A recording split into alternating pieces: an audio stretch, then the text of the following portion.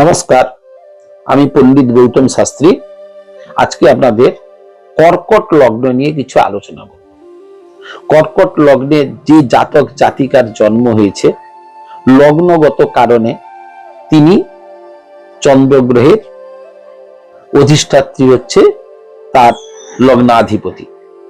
মনটা ওদের খুব উন্নত হয়, অল্পতে ওরা বিশ্বাস করে ফেলে, বিশ্বাস করে জীবনে কি হয়, অনেক সময় প্রতারিত হয়।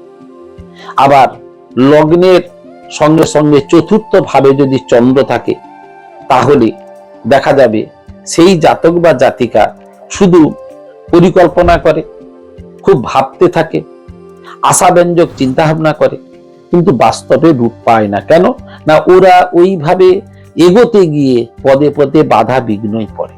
তাই কর্কট লগ্নে যারা জন্মেছেন তাদের একান্ত উচিত সাদা শুভ্রকান্তিযুক্ত বস্ত্র পরা, পারলে পরে শাঁখের আংটি পরবেন, শঙ্খ নিয়ে প্রতিদিন আপনারা সূর্যকে জল দেওয়ার চেষ্টা করবেন এবং সম্ভব হলে গরিব দুঃখীদের শ্বেত বস্ত্র বা সাদা জাতীয় খাবার দান করবেন।